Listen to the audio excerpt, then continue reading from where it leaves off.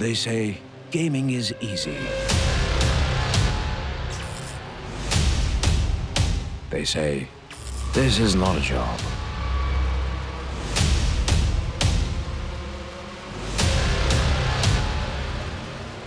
They say it's a waste of time. But we kept at it. Got better.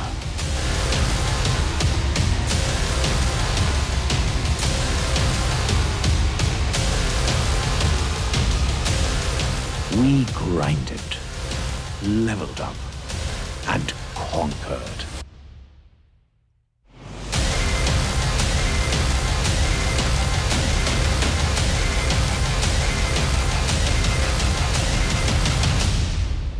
We are gamers. We are the ESL India Premiership, powered by Omen by HP.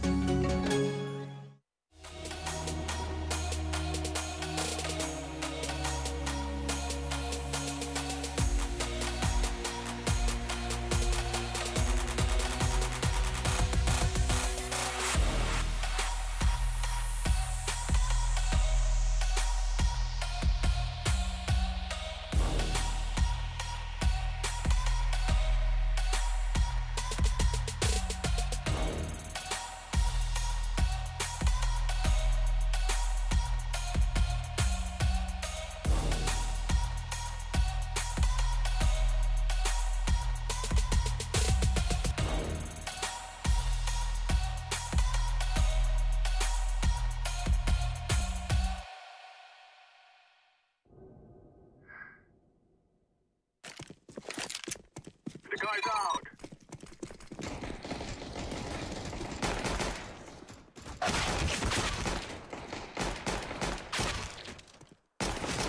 Decoy. That was beast.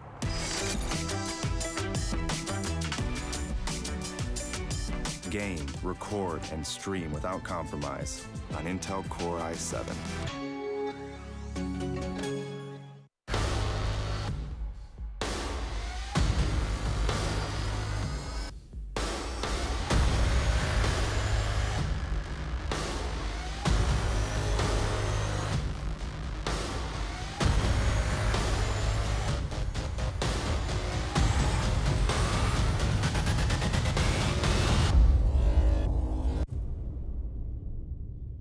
The ESL India Premiership 2018 has 3 seasons: summer, fall, and winter. The summer season takes place from April to June, while the fall season runs from July to September. Finally, the winter season takes place from October to December. Coming to tournament formats, each season is divided into 3 tiers: the professional tier, the Master League; the semi-professional tier, the Challenger Series; the Open tier, the Starter Cups. Moving on to the frequency, every season in the ESL India Premiership 2018 will see 1 Master League, 3 Challenger Series, and 3 Starter Cups. The Masters League now hosts 12 teams and players. Meanwhile, the Challenger Series has 8 contestants and follows a double elimination format. Finally, the Starter Cups are now limited to only 128 participants, so make sure you register for the Premiership now. Once you register for the Starter Cup 1, you'll have to fight your way to the top. At the end of the phase, you will get promoted to the Challenger Series 1. You should try and maintain your position in the Challenger Series 1, 2, and 3. But this is no easy task. At the end of every phase, the bottom 2 contestants are dropped out. They are replaced by the top teams from the Starter Cups. Those who succeed in the Challenger Series are rewarded with promotion to the Master League. The top 4 teams will proceed to play in the next season's Masters League. Meanwhile, the Master League runs uninterrupted until the end of the season. The 12 champions will constantly try to establish their dominance over the others. But at the end of a season, the bottom 4 teams are relegated to the Challenger Series, while the top 4 play at the LAN finale for the top prize. ESL India Premiership 2018 begins in April. The registrations are on, so make sure you sign up now.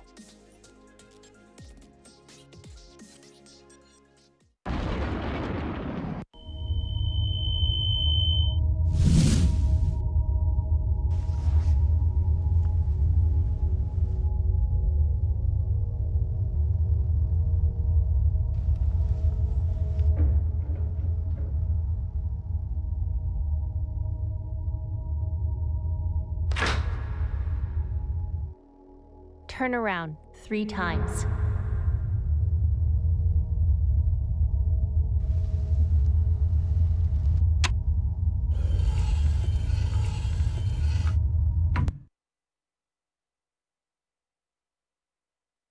Start shooting.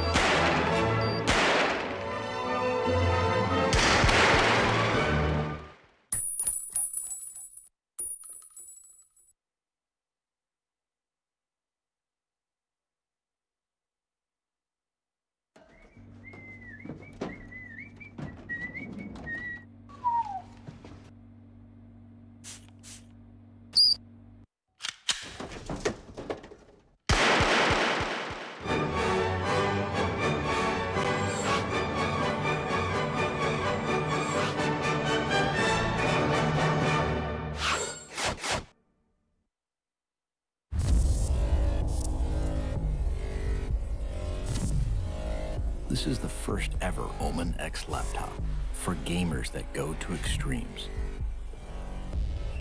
Gear up with the machine designed for total domination and engineered for gaming in stunning 4K. Equipped with the latest Intel Core processors, it gives you the power to be relentless.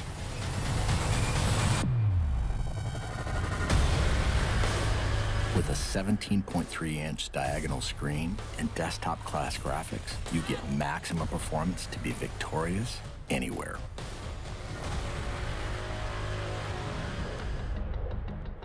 With multiple fans and large exhaust vents, heat is transferred away from critical components for dynamic overclocking. Ramp up boot times, game loading, and overall system responsiveness with optional RAID 0 SSD configurability.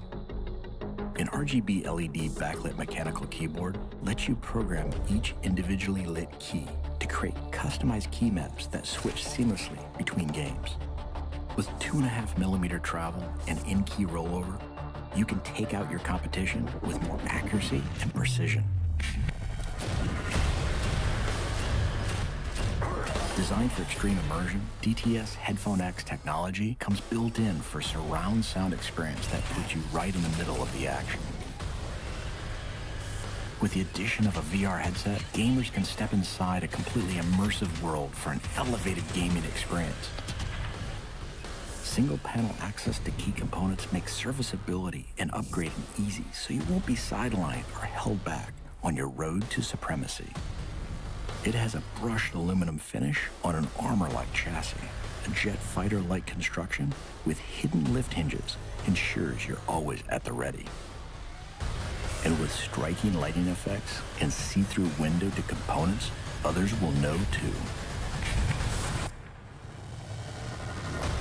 Unleash your fiercest gameplay anywhere with the extreme performance of the new Omen X laptop.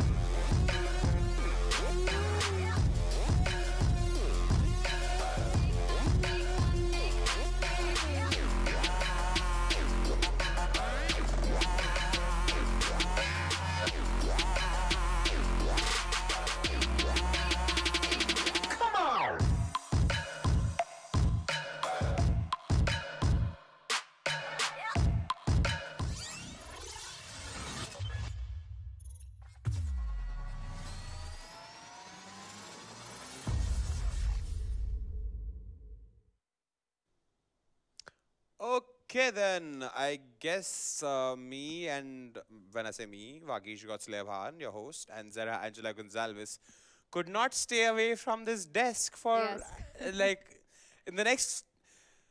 Okay, you know what? We're addicted to this. We'll admit it. We love some great esports action as always, and we decide, and actually we decided like that we should get some more esports to you guys. So here we are on another edition of the ESL India Premiership 2018 Summer Season Masters League, brought to you by Omen by HP HyperX and Intel and the lovely folks at Norton Gaming, bringing this to you along with ESL India. Now, we have some really interesting games as usual lined up for you, ladies and gentlemen. Let's start off with the first game here. We have a Clash Royale best of 5. Let's start off with the formality bit. Let's start off with the player introductions. First player, Mehtab.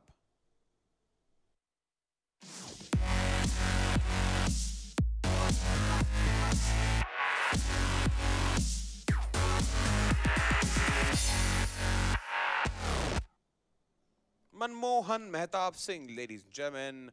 मुंडा अमृतसर से हैगा, पंजाब दा मुंडा हैगा, चंगा Clash Royale खेलदा है, खित्ता विच बुट्टे गाता है, और जी पाजी किदां? I'm so bad at Punjabi, but from whatever I've understood that he's saying, I think I'll just make that in English for you folks. He's saying this guy is from Amritsar and he's come here to play some Clash Royale and he's a pretty fantastic player. But you did not translate Kheta vich bhutte gayega. I don't know what that means. I don't know what that means actually. I picked this line from, so that's hidden gold. I've decided that I'm going to give hidden golds to our viewers because they are amazing, because they subscribed and press the bell icon button. So if you guys go on the Nordwin Gaming Facebook page or the YouTube page, roll back quite a few many years ago, roll back before the ESL 2016, you will find this one video of Gautam Workaholic Virk talking about farming simulator at E3. Remember, he is not in Canada. He's in LA. And he's like breaking down the game in Punjabi. And this was his dialogue, Kheta vich boote gao. And I had zero idea why is he talking about singing shoes in like Khet. And I'm like, okay. And then I spoke to a couple of my Punjabi friends and they told me like boote is like basically those songs of like harmony and stuff which like the Kisan people like sing. So I'm like, okay, so that went like so it was very funny. Moving on, our next player is Sushil Abhisha.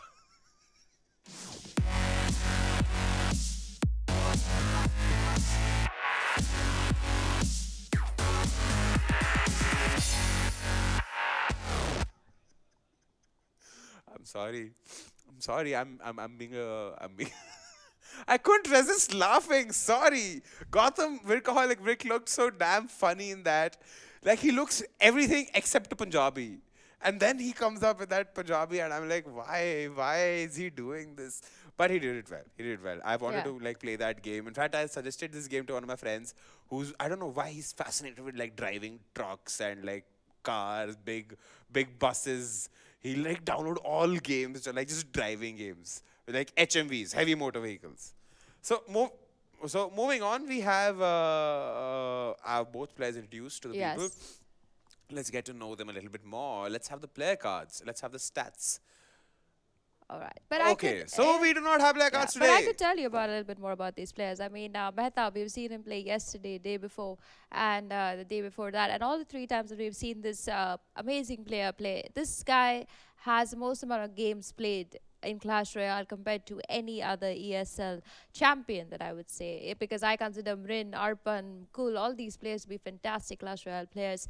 But Mehtab, even though I don't think he's going to make it to the LAN finale anymore, I think he's a fantastic Clash Royale player. He knows how to build the momentum. He knows how to go with the momentum. He knows how to change cards depending on what he feels according to his play style is good. And that's very interesting about the player. He doesn't really try to counter his opponent. He always tries to just play what he believes in the right way. And I think that's why his favorite cards, if we just speak about them, are the Expo, the Tesla, the Golem, the Giant. He likes to play that one big card into a lot of small cards, which works in his favor. On the other hand, if we talk about Sushil Abhi, he was pretty much on the top of the leaderboard for quite a while before he was taken over by the other fascinating players in the Clash Royale circuit. But he also likes to play the Hog Rider quite a bit, and this boy is from Delhi. So he seems to be having a decent run. He'll, after all, sit in the Masters League at the end of the season. And I think he's a 12-pass student, and now is the time where he's going to be shining. He does like to play the Ice Golem into the Tornado. Yes, I think he will.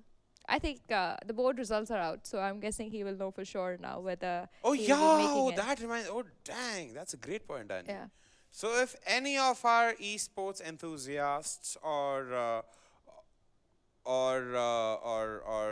any of the players in Clash Royale or Dota 2 or CS:GO who've just recently finished their Class 12 boards, fret not. First of all, this I wanted to say this for quite some time.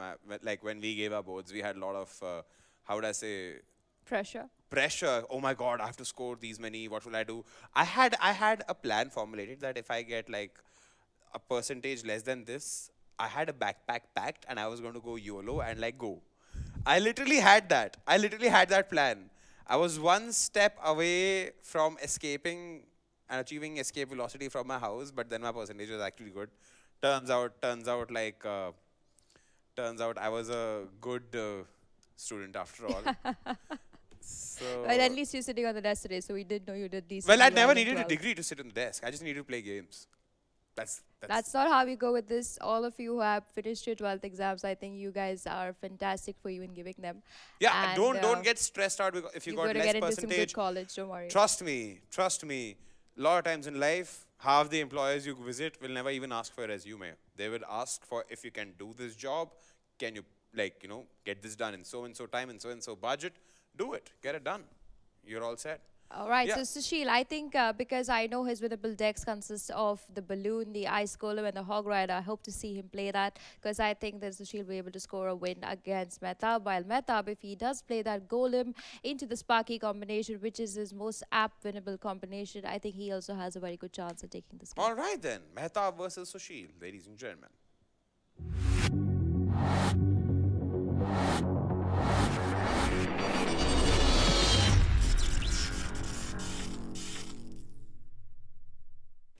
All right, guys, we are live and the match has just started between Mehtab and Abhi. Mehtab is the player from Punjab and we have Sushil Shah from another state altogether. So we are going to have a best of 5 between these two great players and we are going to see how things pan out.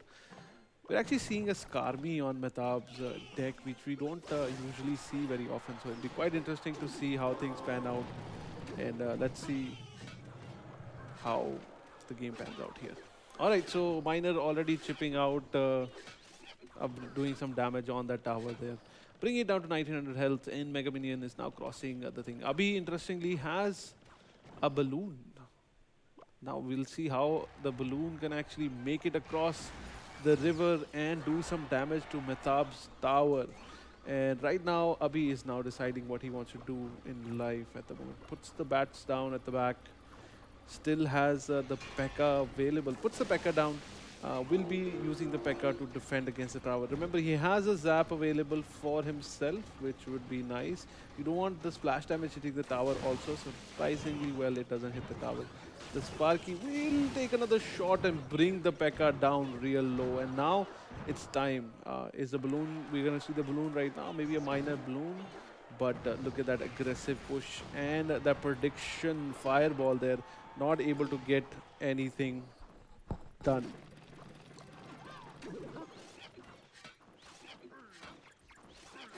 More damage brought down there by the bats. Balloon still in circulation at the moment. We're going to see if Abhi is planning to surprise his opponent with the balloon. We'll see how things pan out here. Another Sparky. We should probably see a P.E.K.K.A coming out soon to defend against this. Remember, P.E.K.K.A can actually take a couple of hits. However, this time Abhi decides to go in the other direction with the balloon. And guess what? There's nothing to stop the balloon at the moment. And the balloon will be able to get one hit down. Maybe another hit, maybe not. No, second hit does not go. So P.E.K.K.A absolutely destroys the Hog Rider there and will now take care of the Sparky as well. And now the Skarmy has come out. Excellent choice, by the way, in this particular case, working out for him. The Skarmy was there to slow that P.E.K.K.A down and eventually take it out. And now Mehtab in a bad shape, worse shape than his opponent. His tower is fairly low. And look at this now. The P.E.K.K.A will take one shot and another shot to take down the Hog Rider. If Hog Rider able to get a single hit inside to the tower, now P.E.K.K.A in a fairly good health will be making it across the river. And let's see if he can able to get a hit down. However, the health of the tower is so low that the miner should be able to clear it out in just few more hits and 1 second left on the clock. This is a good game. 1-0 is the score in favor of Abhi. And that's quite interesting first match here. So let's go back to the studio to Angela and Vagish and see what they have to say about it. So Angie and Vagish, off to you. Angie. Yes, I think that was very well played by Sushil to one. And I mean, he did use the balloon as a distraction card and trying to aim for the second princess, which had to make Mehtab sit in a very, very uncomfortable position. He had to also make sure that he was ready for the balloon. Of course, in this matchup, we saw Mehtab didn't really have a good defense against the balloon card. He could have gone something else against the P.E.K.K.A, the skeleton army working really well against the P.E.K.K.A. But with the fear of not knowing what to do with the balloon, he kind of let the princess tower take quite a few hits, which kind of led them into a position where Mehtab had to redecide, hey, do I take this forward? Do I play the Hog again? And I think this is one of the reasons why at the end of the day, Mehtab is more comfortable playing the Golem card over the Hog, because the Hog is a beautiful card to use as an aggressive push. But if you have something like a P.E.K.K.A or a Valkyrie kind of blocking the way, she won't even reach the tower. And I think that is one of the reasons why today Mehtab took the first game as a loss. I hope to see whether he changes that though in game 2. All right then. So let's head off into game 2. Live. All right, game 2 is live. Perfect. 1-0 is the score in favor of Abhi. Now we're going to see if Manmohan can make something happen here. He's always able to pull some kind of trick out of his sleeve there to make a couple of games go in his favor. And right now he's kind of gone back to his crossbow build that he loves doing. Abhi does have a couple of tanky units available for himself, which can easily tank the Expo. He also has the Ram available to him, which is a great unit to have on your side, especially facing against these kind of decks that we're getting to see right now. So the archers come out, and at this point, Abhi's probably thinking, he's trying to figure out what his opponent has, because Mehtab is not shown a lot right now. So this is the time now. Abhi knows exactly what he's facing off against. The P.E.K.K.A has come out, will be tanking a lot of damage. Remember, he has another tower available to him, which he can use to defend as well. Puts it down right away. He could have used the ice golem a bit early. I'm not too sure. And but here we go. Few shots being fired at the Princess Tower, bringing it down to 138. However, look at the damage that Mehtab's tower has taken compared to his opponent. He has lost a bit more extra life compared to his opponent right now. So we're going to find out soon how things pan out. And let's see in round 2 what happens now. Again, a push with the Bandit and a Ram. Bandit distracted by the skeletons. The Ram also does not connect. And the Barbarian, one of the Barbarian is hitting the tower, bringing it down lower and lower every time, getting a lot more hits than expected. Good push going in favor of Abhi right now. And Abhi now needs to put down something to tank that Expo. And what is that going to be the moment this Electro Visit goes down? Here comes the P.E.K.K.A. Is very, very excited about taking down this Expo and will be able to bring down a couple of hits onto that Expo, also taking care of this Expo problem at the moment. But look at the clutch skeletons coming out. Little annoying there, but he finally zaps it away. And now look at the elixir lead that Abhi has over his opponent. He can actually use that to his advantage. However, he did bleed a couple of elixir a few seconds earlier. And Mehtab now completely gone into the defensive mode. And a poison being dropped in to take advantage of the extra elixir that he has. This is a damage that Mehtab cannot avoid and will have to take a full brunt of that force. Mehtab now taking the fight to the other side. The Expo still targeting units, and now P.E.K.K.A. will be tanking most of it also. So now the big game has to decide what is the plan here. A lot of defense coming in, the poison also coming in right now. And that Expo still attacking that P.E.K.K.A. It's been attacking it his whole life, and the P.E.K.K.A. will go down, and the Expo will also go down as well. No damage done, no extra damage done to the Princess Towers of Abhi, and the game shall continue. We are now in overtime, and it's going to be rinse and repeat every single time. But that P.E.K.K.A. placement too late. He needs to zap immediately, which he does. He does zap, and the Expo does retarget on the P.E.K.K.A. And the log also comes out. The poison also comes out. Everything is being thrown. Abhi is trying to survive as long as possible. And however, he needs to now figure out how he's going to take the fight to the other side. Now the Ram going to the other side. Distractions also coming in. The P.E.K.K.A. dropped aggressively. Guess what? There's not a lot of units on the field right now to defend the Expo. The Ice Golem comes out. The P.E.K.K.A. and the minions are there to take care of it. Now the P.E.K.K.A. is going aggressively into the enemy fight. He's taking the fight there. Nice log coming in. Nice distraction by the archers. The P.E.K.K.A. still alive. Finally taken care of. But look at the elixir spent to stop them, that P.E.K.K.A. Now Abhi in a good advantage. He could keep cycling the poison on the right hand side of the map if he requires to.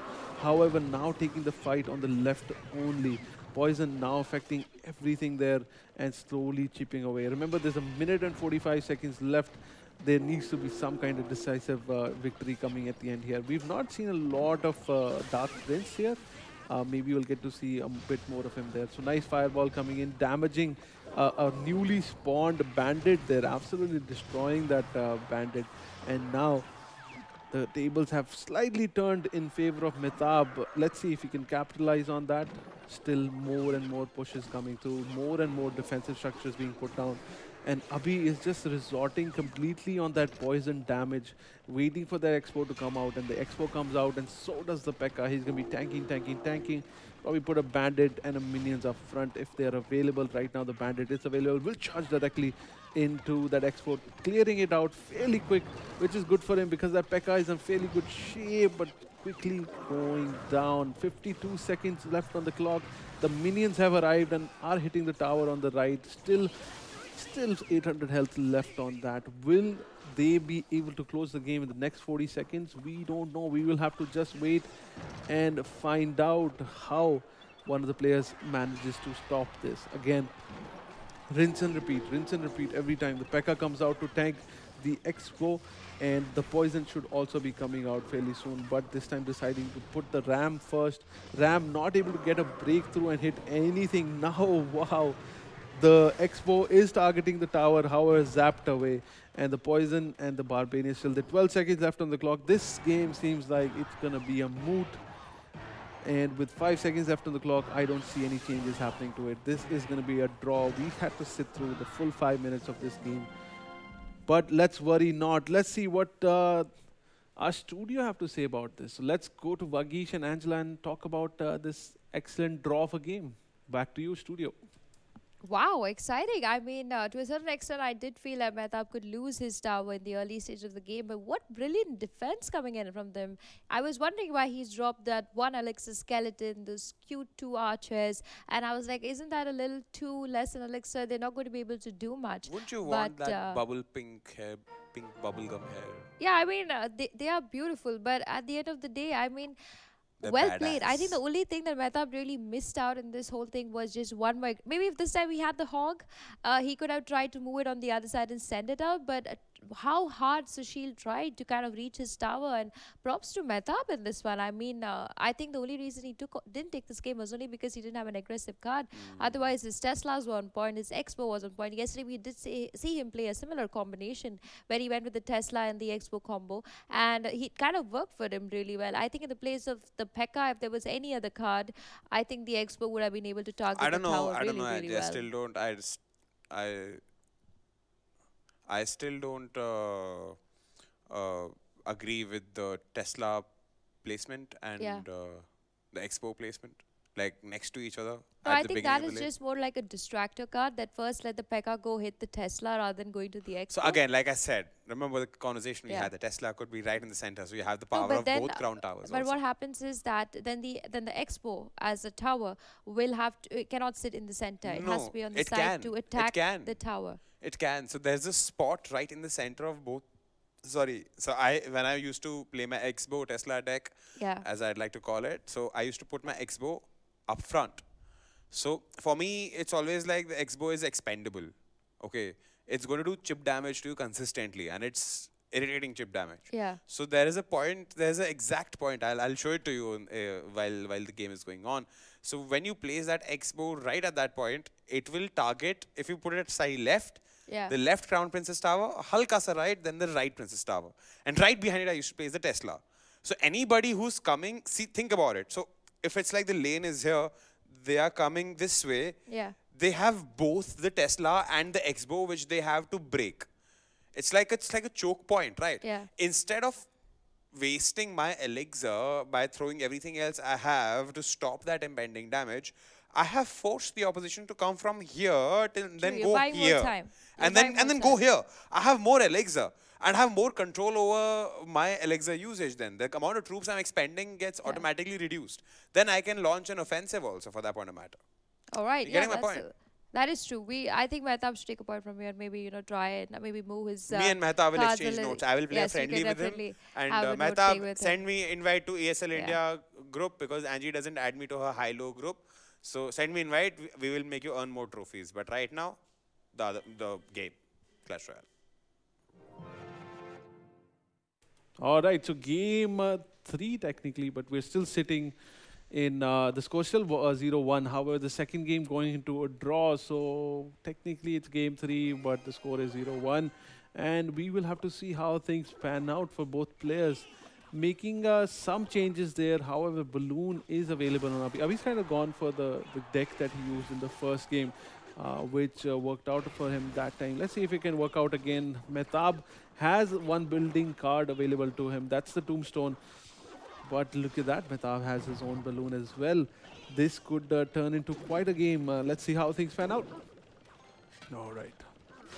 Abhi taking some damage from the miner on the right-hand side. Mehtab has an Inferno Dragon available to him, which will help him, of course, with the P.E.K.K.A.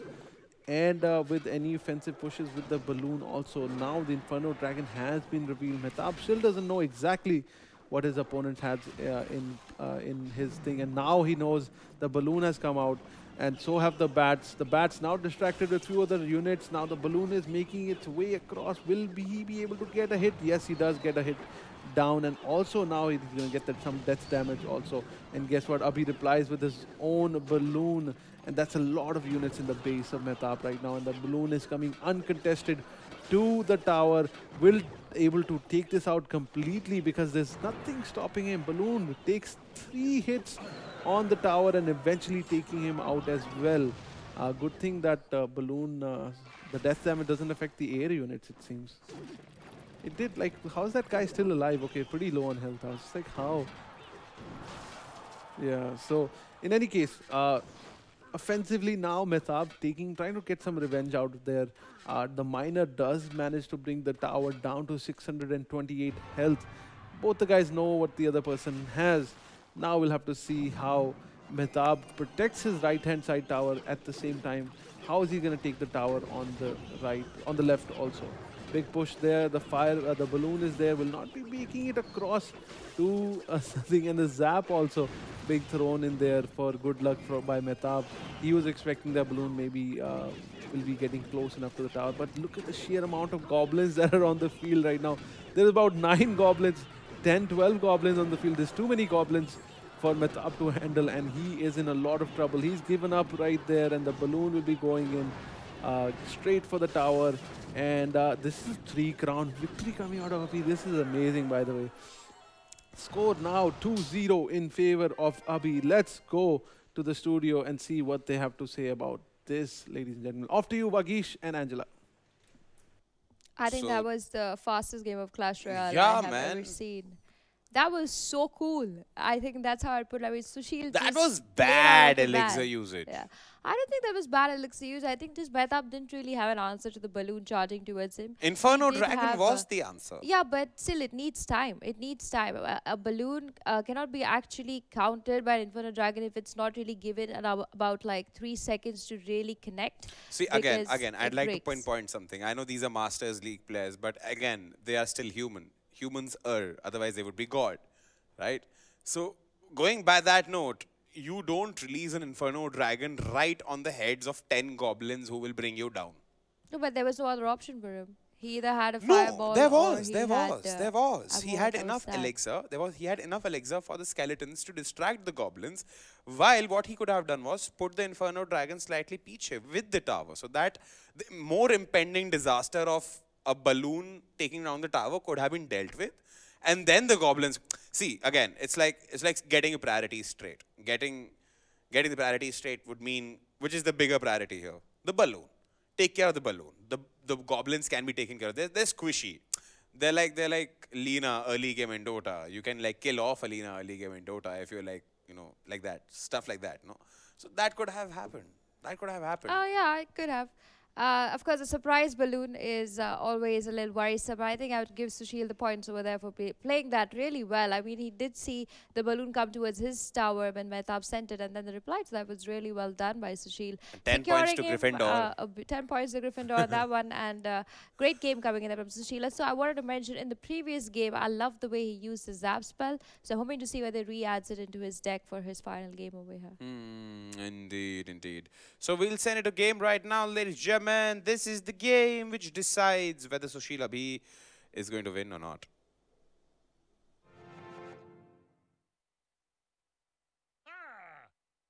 On the last game, and I'm just as excited for this game as I was earlier. 2-0 is the score. Mehtab looking like he's not in a great shape right now. That Ram will be able to... Will the Ram be distracted? No, that Goblin Head is too far. The connection is not made. However, the Bandit comes in from the back. He's like, how dare you not connect? And pushes the Barbarian in the face of the tower at the same time, doing a lot of damage, by the way. And Abhi now, I'm sure he's fairly happy with that exchange. And will be going into this game fairly confident, because look at the health of that tower. Only 900. Ghost comes out. Abhi's gone for a fairly, what's the right word here? Flexible is the right word. Flexible deck. He has plenty of defense and offense here. He can throw the rams, the poison, the miners. Plenty of options, of course. And for defensive, he has a P.E.K.K.A, which is pretty good against everything. But look at this. Zappies have come out. They are annoying as hell. They will not let anyone do anything on the map. And those Barbarian with those Ram unable to get much done. But the Poison is that one card that seems to be working in his favor a lot. Those well-placed Poisons bringing so much value on the table for Abhi. Mehtab already suffering from some of those symptoms. P.E.K.K.A coming in for defense. Now remember, that's quite an elixir commitment that is made. Abhi now decides what he wants to do. Decides to defend with the P.E.K.K.A of his own. And he wants to fight on his terms right now. And he wants to fight on his side of the map. And nice arrows coming in. They are keeping the barrel alive. However, quickly taken care of by the Electro Wizard. Now there comes the offensive push, and there's an oops coming out. Guess what? The oops is basically because no one can see the ghost, and so it was not serving as a good distraction. And the Electro Wizard was able to take a few shots on that tower. So look at this Zappies. Remember, these are Zappies who would manage to stop and P.E.K.K.A all by themselves. Not only just the P.E.K.K.A, they also had the ghost alongside as well. They are really, really OP right now. We need to nerf them a little bit. but Mehtab now making a counter push on the left with the miner quickly taken care of. Pekka on Pekka violence happening on the right-hand side, and a lot of action happening all over the map. But look at the health of Mehtab's tower. A few poison rotation can easily finish this game. However, holding on to the poison for a bit too long. Finally, poison comes out. Every unit on Mehtab's side is in the poison. With 10 seconds left on the clock, this is going to be game over very soon.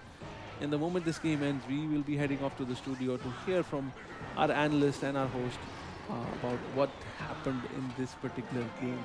So that was game 4, technically, because one of the games ended up in a draw. And after 4 games, the score now is 3-0 in favor of Abhi. Let's send it back to the studio and let's see what these guys have to say about this series, which ended up with the 3-0 score. So Angie and Bhageesh, off to you. Please, all right, so go ahead. Game 3, I think I found this game pretty interesting to watch.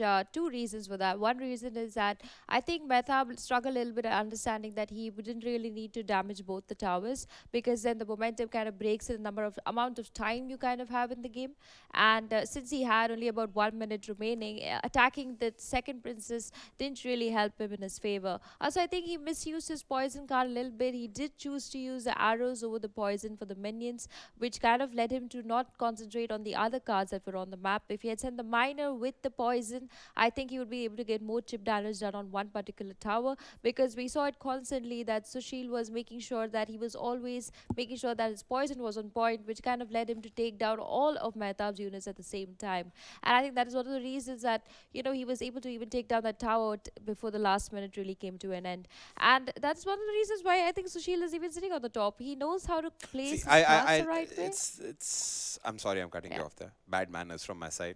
But this has to be brought to light. Mehtab is suffering from what he's suffering with right now only because, A, he's impatient. He is. He's way too impatient with his elixir. He has, like, I swear, I'm not over-exaggerating this, but again, your trophy count is how much, Angie? 3,700. That's roughly the amount of trophies Vircoholic has. I'm giving you this anecdote so that this can be taken as a lesson. I randomly challenged Gautam Vircoholic to a random CR match. Okay, the guy got nailed to a board. He had nowhere to go. He had nowhere to go in that game, and I had no legendary. I had a rare, which was a rage spell. I'll tell you what my deck was. My deck was a balloon. My deck was spear goblins. It's the goblin trio. And then I had a Tesla tower. And what else? I had a goblin barrel. I had a hog rider. And the great thing was, this guy had everything to defend me on one tower. And my strategy was simple. I'll just make him believe the illusion of the fact that I'm going to go for that right tower. Okay? Half a minute into the game, I just switched. Now both towers are getting equally attacked. He had no idea what hit him. He went down under like a raccoon gets hit on the freeway in United States of America, man. He was roadkill. And I think it was the fact that after upon a time I made him impatient to use up his elixir. Because suddenly he's concentrating elixir on one tower, and then he has to bifurcate that same elixir for 2 towers. He can't maintain a defense for 2 towers. One has to go down. The same thing works with Mehtab also. Like, I mean, elixir usage is very important, not a Sparky, not those mini Dalek zappies. Yeah. But I think that the final thing of this game, yeah, like you mentioned, elixir count does make a big difference in the game, because you got to make sure that you're balancing it out correctly. I think Mehtab has to just go back and make sure that he's playing his cards a little bit more correctly. I think otherwise he did mostly everything on point. He had the defense, the zappies worked beautifully well for him. But at the end of the day, I think it was just not his day. And I think Sushil just pushed him to the corner and was like, I'm just going to play really aggressive Clash Royale over here. And there was nothing really that Mehtab could answer to that. Indeed. Diplomatically played, Angie. Diplomatically played. Good future in politics, especially India. Moving on, CSGO next, ladies and gentlemen.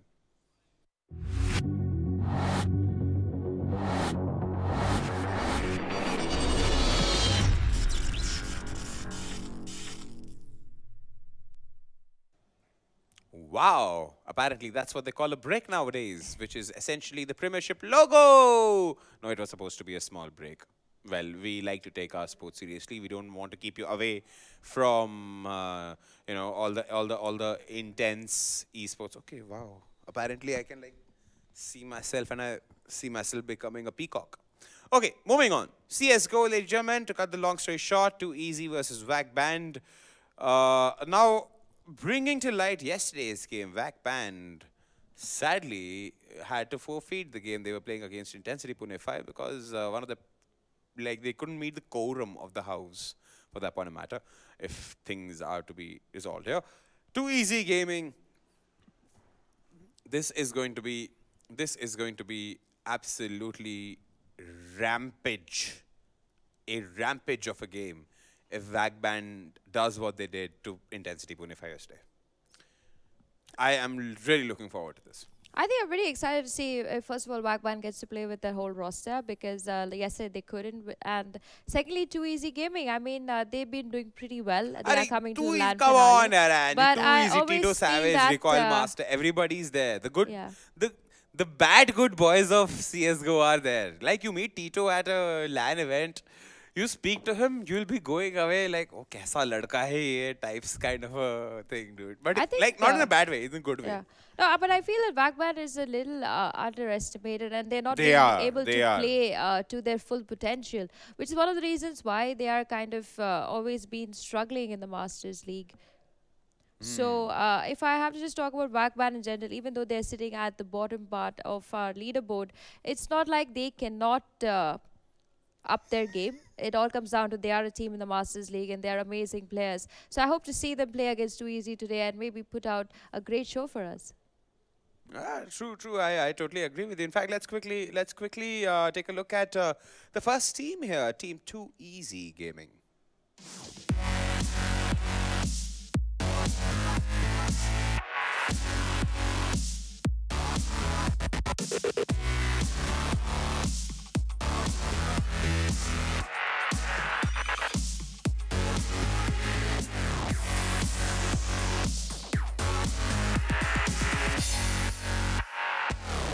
All right, T2 and gang there, ladies and gentlemen. Lovely boys there. Wonderful boys all together. Angie, you have to add on anything about Too Easy Gaming? They're sitting pretty comfortable on the leaderboard. They will be making it to the LAN finale. Of course they will be. That is Simar Sai exciting Sethi puts Tito's photo as his in-game image. What are you talking about? He's like, I'm pretty sure what Simar Sai Sethi does is wake up in the morning, like, you know, how people have like various gods and goddesses, like Christ is there, 33 billion Indian Hindu gods are there.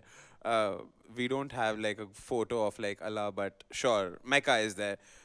Simar Sai Sethi, instead of having a Nanak Ji's photo, goes to Tito Savage's photo, does like agarbatti and does like aarti in front of like, aaj to mujhe bachayega ye. I'm telling you, he's like that. And I'm pretty sure Simar is going to do it. And Sid Joshi is going to make Simar do it just to get those likes and views. I'm telling you, he will do it. Make him do it. Sid, please make him do it. It'll be so much fun. But moving on, yes. Moving on. Team 2, if we could introduce them. Yes, thank you for looking very bugged with me. We will go introduce Vac Banned.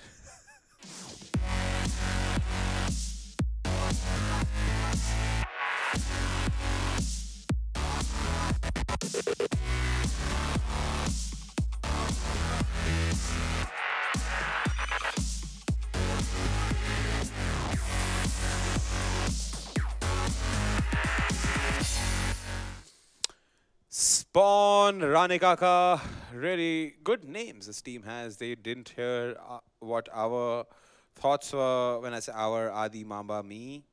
Yes, last season. When I say last season, it was last year. Vac Banned. And after seeing yesterday's game against Intensity Pune 5, the kind of drubbing Intensity felt. It's like you know, the nearer you go to the sun, the hotter it gets. It's like that. They were irradiating this enthusiasm, this confidence.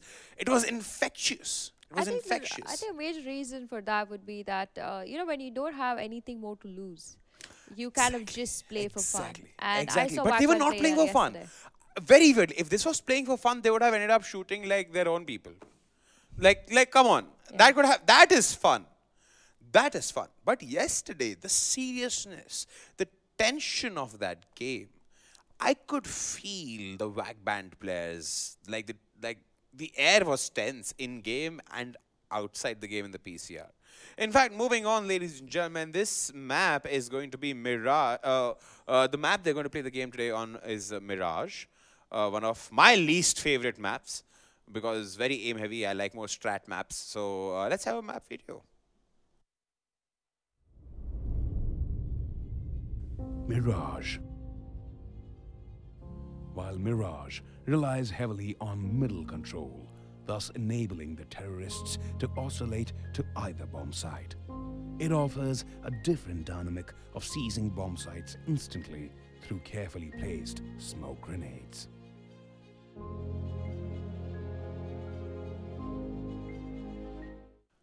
Okay then, so Angie, should I break the map to the people? Yes, you definitely. Okay, so pretty interesting. Aim heavy map there. Pretty popular in pugs for that point of matter. A lot of aim-based teams can get their way across in this particular map, but again, you're facing off against one of the recoil. Did I say? Oh, I was going to say recoil gods, ob gods here. I mean, Rix is there, Simmers there, Hunters there, Anti-Dotan Burgers, and then there's like Recoil Master. These are some glorious names you gotta like look up to before you pick up that op there, before you make that 4750 investment on your gun. Right now, the investment you want to make is give your undivided, totally focused attention to the game at hand. That is too easy versus Vac Banned.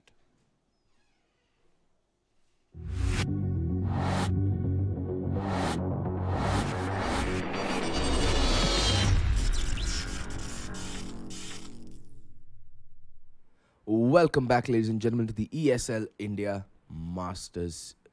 Premiership, the Masters Series.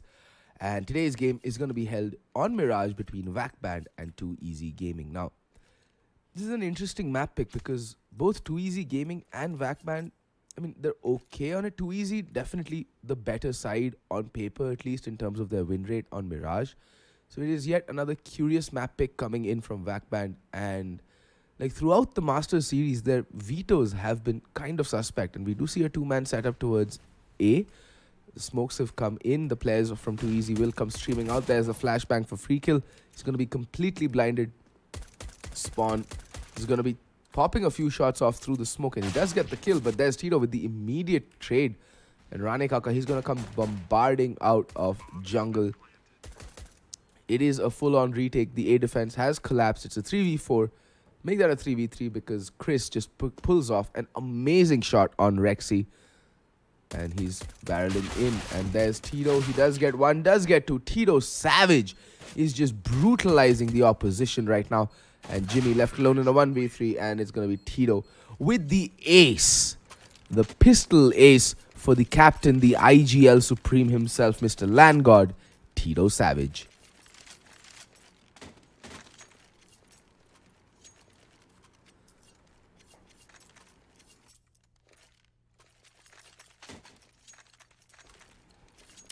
So as I was saying, Mirage, not really one of the maps that, Vac Banned are extremely proficient on. They seem to really thrive on overpass, but it's curious that, they never are allowed to pick it. And it's going to be a force buy coming out from them. Will 2EZ be able to see it through? It looks like going to be another A play. Badman going to make his way out of smoke. Free kill going to be picking up the first kill. Badman with the trade, but free kill with the second. But Badman and Rexy teaming up for the third kill as well. It's just trades galore. This is 2EZ's bread and butter, the trade game. It's a 2v2. Weapons advantage definitely still with 2EZ Gaming. But the flank is coming in from Rane Kaka. Tito, will he be aware of this? Will he be able to hear it out in time? The bomb is still dropped in a very curious position that is on the ramparts at Palace. And Rane Kaka's flank is in any second now. He can go in and foil this entire attack. And there we go. It's a 1v2. Rane Kaka's flank is in. And Jimmy will pick up the final kill.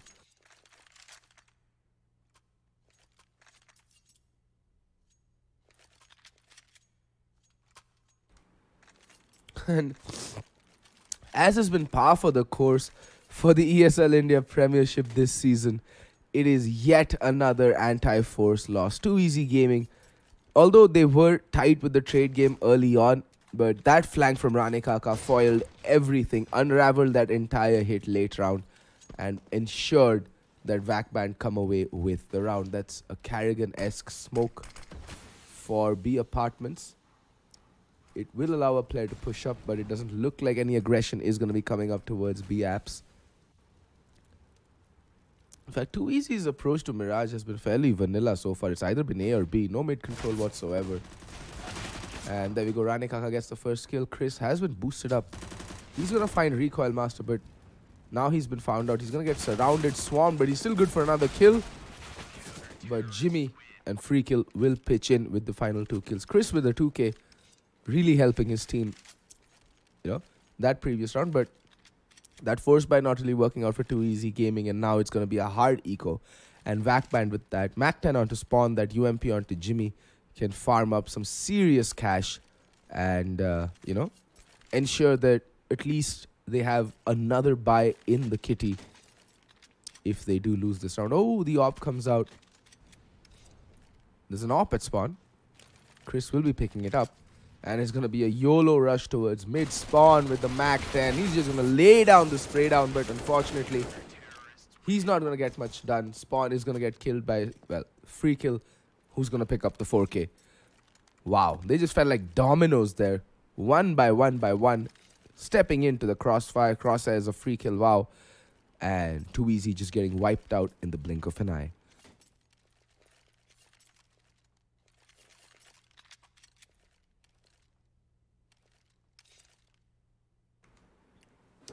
I guess Too Easy were in kind of a hurry to get their hands on the AK-47s, but Spawn, he is an extremely potent opper. He's going to get smoked off, not really going to be able to get much information. There's 3 players making their way up mid, and Tito, he's made his way into B Apartments. 3 players stuck behind boxes in high mid.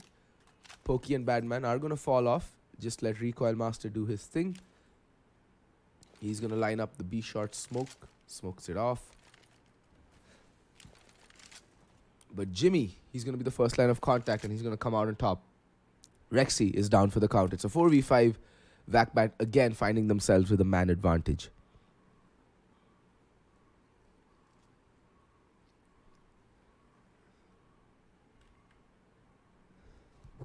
I mean, it's the first gun round, and Too Easy, they've played it rather passive. They've played it rather safe, in my opinion. Haven't really gone for much in terms of map control. Free Kill from CT Spawn will peek out. Spots out 2 players. Jimmy is still alive and kicking under Palace with that UMP, doing some serious work. He's finally going to get taken down. Now it's down to Tito Savage and Recoil Master to salvage this round. Recoil does get 1 kill. Gets another. Recoil Master has gone huge. Spawn with the AWP still stuck in jungle, but Chris, the double op setup coming in huge. Tito, he's going to spot out Spawn. Now it's down to a 1v1. Chris versus Tito. And Tito, he's come up huge. He's come up clutch, and he's delivered. By the skin of their teeth, Too Easy Gaming survived that round somehow. And Tito Savage, take a bow, son. You were god tier. Now, Jimmy has enough money in the bank to drop at least another rifle as well, of a mass if possible. But no, Rane Kaka is going to have to make his peace with the UMP, but the rest of his team will buy into this round. They've finished their nest egg. It's gone. The buy isn't that great on either side. It's quite identical, actually. Galil and Ump for Rexy and Badman, respectively. Tito with the AK-47 and Pokey.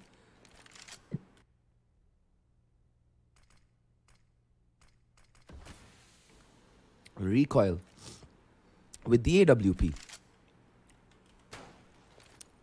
Rane Kaka, not the best of ranges for the UMP.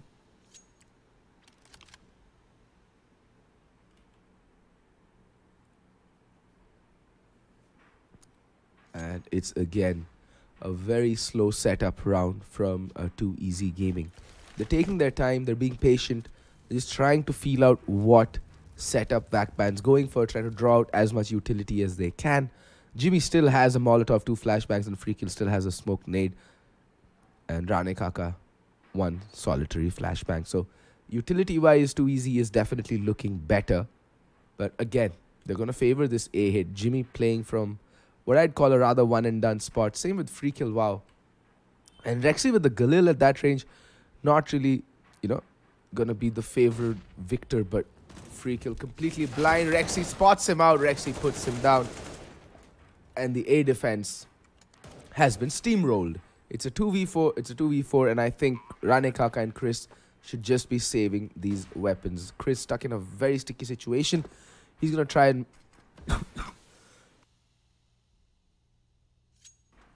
He's going to try and make something happen. But then, considering that Connector does get smoked off, doesn't really have much of a choice but to back off and save that AWP. Look at Pokey. He's on the hunt. He doesn't want to let Vac Banned come away from this round with anything saved. And he is going to go snooping. He's clearing out every angle, corner, nook and cranny. And Rane Kaka, he's chilling in ladder room.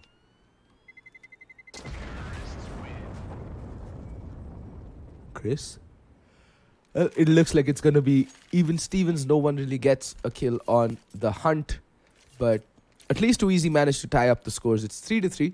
Still very early days to call this game. But, well, Vac Banned will have to eco. Unless they force around these saved weapons. And it looks like they are going to go for the force. They're going to be on the 4th round loss bonus. 4th round loss bonus? 3rd round loss bonus. So they're going to have to eco the next round as well if they do lose this. But, I mean, they're going to give themselves the best fighting possible chance around that AWP and that UMP. But it looks like Too Easy are lining up for an Eco Bash B rush. Will it work out? It's a very good flashbang. I think Rane Kaka spotted out Recoil Master, who is going to molly balcony, and Rane Kaka is going to take a few ticks of damage. But Chris with the AWP has rotated out. Tito over peeking a little bit, and Chris gets 1 kill, gets a 2nd as well, but Rane Kaka does fall. It's a 4v3. The rotation is coming in on the double. Smoke for window.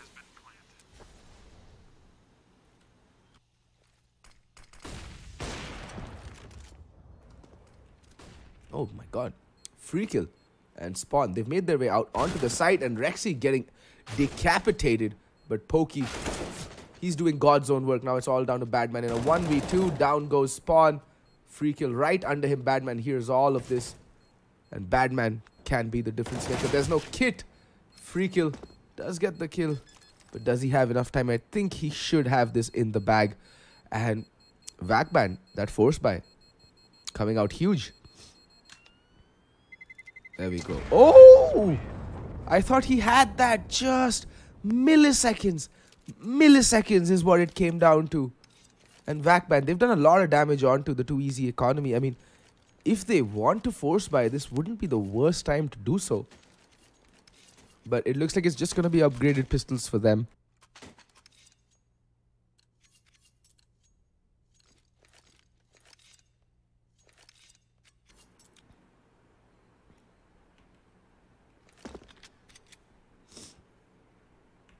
And Too Easy, they are not making things look too easy right about now.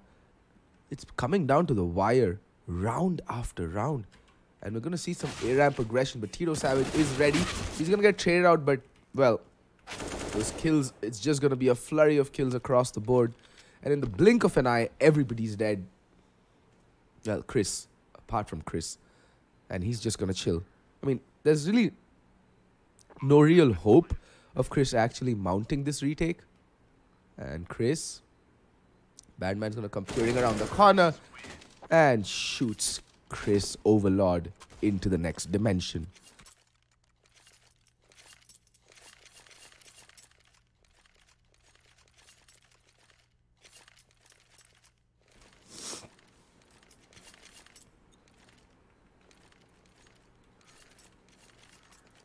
Five rounds to Too Easy. Vac Banned now, they have enough cash to go in for a full proper buy. The double op setup comes out. Chris and Jimmy with the zoom bangers this time. And Vac Banned really need to figure out their A defense. It's been rather lackluster, and look at that. Rexy gets the opening kill, but Spawn, well, the trades haven't really gone in their favor. But Recoil Master, from nowhere, just get the kill. It's a 1v2. It's all down to Mr. Badman himself. He's stuck in Firebox, and both the retakers. What a shot! Rane Kaka just gets DE_destroyed by Mr. Badman. And Badman is just playing, marking the edge of the smoke, spots out Jimmy. And what a clutch! That was a clutch and a half from Mr. Badman. That shot onto Rane Kaka was disgusting.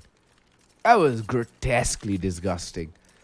And Too Easy, they're just broadening that chasm between themselves and Vac Banned. They're up to 6 rounds. Vac Banned still languishing at 3. They're going to be on max loss bonus next round, so they can consider investing into some pistols this time around. Actually, they are on max loss bonus right about now.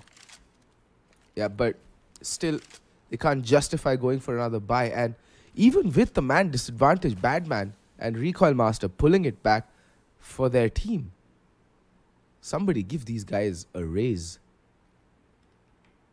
And Tito's hearing this. He's heard the A ramp aggression and he's chilling in Palace.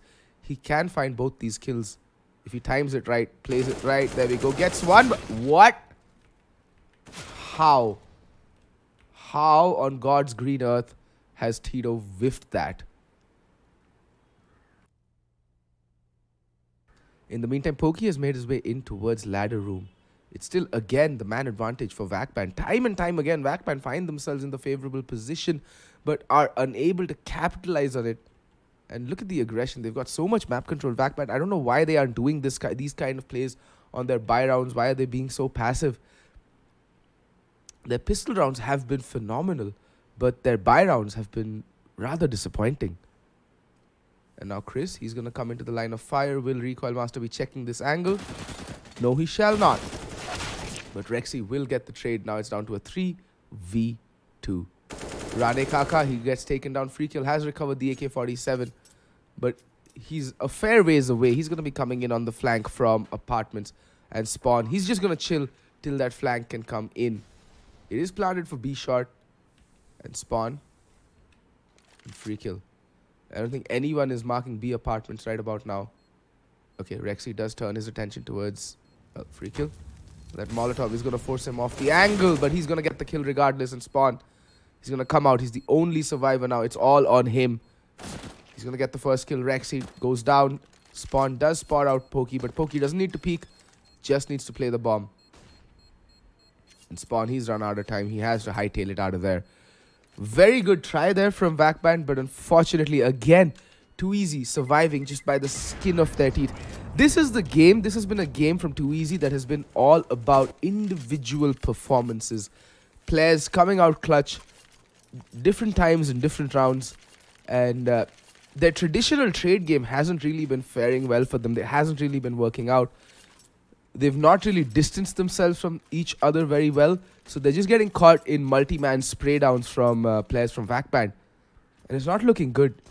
They need to figure something out, and they need to figure something out very, very fast. Although they are winning in terms of rounds, they have quite a significant lead at this point. But the money on them is not good at all. And that's down to primarily the fact that they keep dying time after time. And Jimmy with the AWP towards B apartments needs to be careful. Misses the first shot. Really can't afford to miss those. The smoke goes down.